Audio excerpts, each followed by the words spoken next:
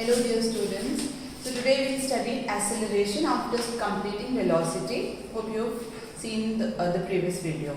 So what is acceleration? Acceleration is rate of change of velocity. I know you've studied all this in class 9. So we'll go a bit deeper, okay? And we will study the basic concepts of what is acceleration. So I know you all know the unit of acceleration. What is the unit of acceleration? Meter per second square. Why? From where we get the acceleration unit as meter per second square? Acceleration is rate of change of velocity. That is delta v by delta t. What is delta v? We can write final velocity minus initial velocity. That is change in velocity in particular time. For example, if I say acceleration of a body is 2 meter per second square. What does this actually mean? Acceleration, if acceleration is there, whether positive or negative, you have to understand, start thinking immediately that the velocity of the body is changing. Now, how much the velocity of the body is changing? 2 meter per second square, that means 2 meter per second in each second. The velocity of a body is changing by 2 meter per second. That means if in the 0th second, the velocity of the body was 0, then in the first second, change in time is 1 second from 0 to 1. In this time, the change in velocity is 2 minus 0. Okay, so 2 meter per second per second.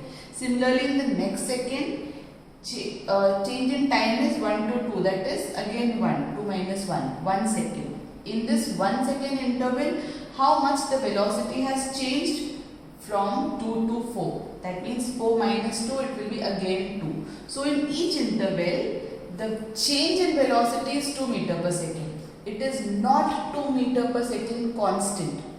If the velocity would have been constant, there would have been no acceleration. So you have to understand that change in speed is 2 meter per second per second.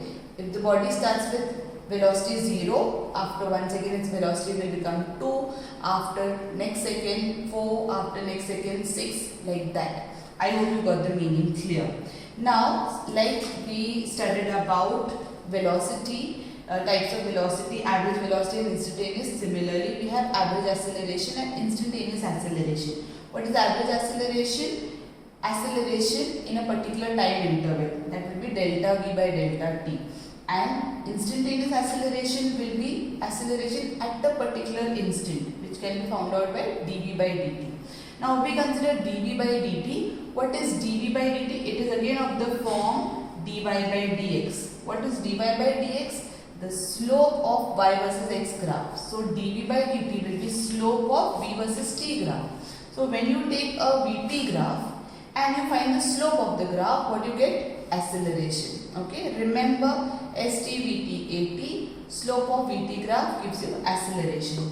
So VT graph gives you acceleration. What if a VT graph is curved? That means here at this point, this is the slope. At this point, this is the slope. So you can see the slope, tan theta is changing. That means acceleration is changing. So here variable acceleration is there. Okay, variable acceleration. And if you get a straight line VT graph, that means slope at every point is constant and theta is constant. If slope is constant, that means acceleration is constant. Okay, but remember, in both the cases there is acceleration. Acceleration is constant, like for example this example. Acceleration is constant, 2 meter per second square. In each second, the amount by which the velocity is changing is constant. Here in this case, the amount by which the velocity is changing in every second is not constant. Maybe in the first second, the acceleration the change in velocity would have been 2. In the next second, it would have been 4. In the next second, it would have been 1. So this is variable change in acceleration. Okay, so variable acceleration. Let's quickly look at some numericals to get the idea clear. The question says v is equals to 2t square minus 4t. Find acceleration at t equals to 3 seconds and average acceleration between 0 to 3 seconds. This is similar to what we did with velocity problem. So I hope you must be knowing it. So I will go quick. So we know v is given and we have to find acceleration at t equals to 3 seconds. That means that is instantaneous acceleration. That is given by dv by dt. Okay. So that is d dt of 2t squared minus 4t. Okay. So instantaneous acceleration will be equals to 2 to the 4t minus 4. Okay. Now at t is equals to 3 seconds, acceleration at 3 seconds will be equals to 3 into 4 minus 4. That means 12 minus 4, that is 8 meter per second square. That is average acceleration, instantaneous acceleration. Then average acceleration between 0 to 3 seconds. So average acceleration will be equals to delta v by delta t. That will be equals to v at 3 seconds minus velocity at 0 second upon 3 minus 0. Okay. So velocity at 3 seconds will be equals to, we have the formula for velocity as 2t square minus 4t. So v3 will be equals to 2 into 3 square minus 4 into 3. That will be equals to 3 square is 9, 9 2s are 18 minus 4 3s are 12. So 18 minus 12 is 6 meter per second and v at 0 will be 0. Okay, v0 will be 0, substituting t is equals to 0 over here. Right? So average acceleration will be equals to 6 minus 0 upon 3 minus 0, that will be 6 by 3, that is 2 meter per second square. So this is how we find average and instantaneous accelerations. Right? So the next question is s is equals to t cube minus 6t square. Find the acceleration when the body is at rest. I think this question might surprise you, that how can a body have acceleration if it is at rest? See, when the body is at rest, that is a particular instant. But before that instant, the body might have some velocity, or after that instant, the body might have some velocity. So change in velocity will be something definitely. If change in velocity is there, that means there is acceleration. So you have to find the acceleration when the body is at rest. So s is given and acceleration is asked. We know acceleration is equals to change in velocity per unit time, and what is velocity? That is ds by dt. Right? Instantaneous velocity is change in displacement per unit time. So first we can find v is equals to d dt of t cube minus 16 square. That is equals to d dt of t cube will be 3t square minus 6 2s are 12t. So this is the formula for velocity we got.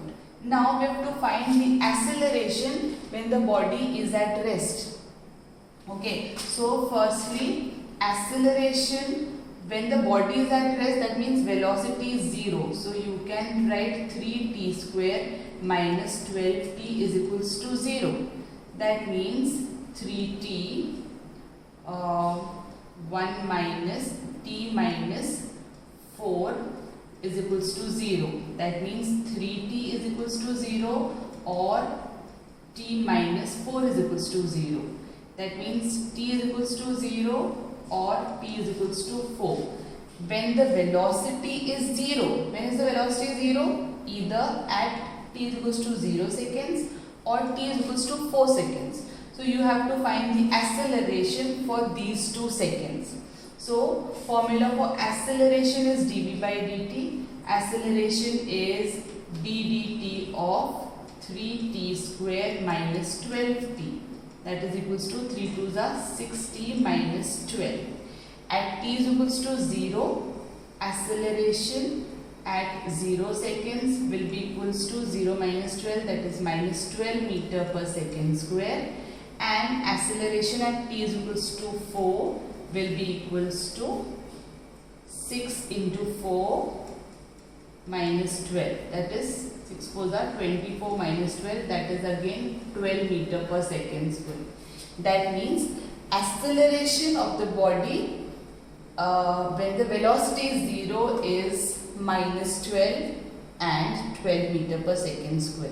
Okay, so these questions might put you to thinking, but this is how you have to develop your thought process for physics. Okay, let's take some more numericals. So the next question is s is equals to 3t I cap plus 4t j cap. So now see here the displacement is given in the coordinate form, where displacement is given in the x direction as well as y direction, I cap and j cap. You have to find velocity, you have to find speed and acceleration at whatever seconds.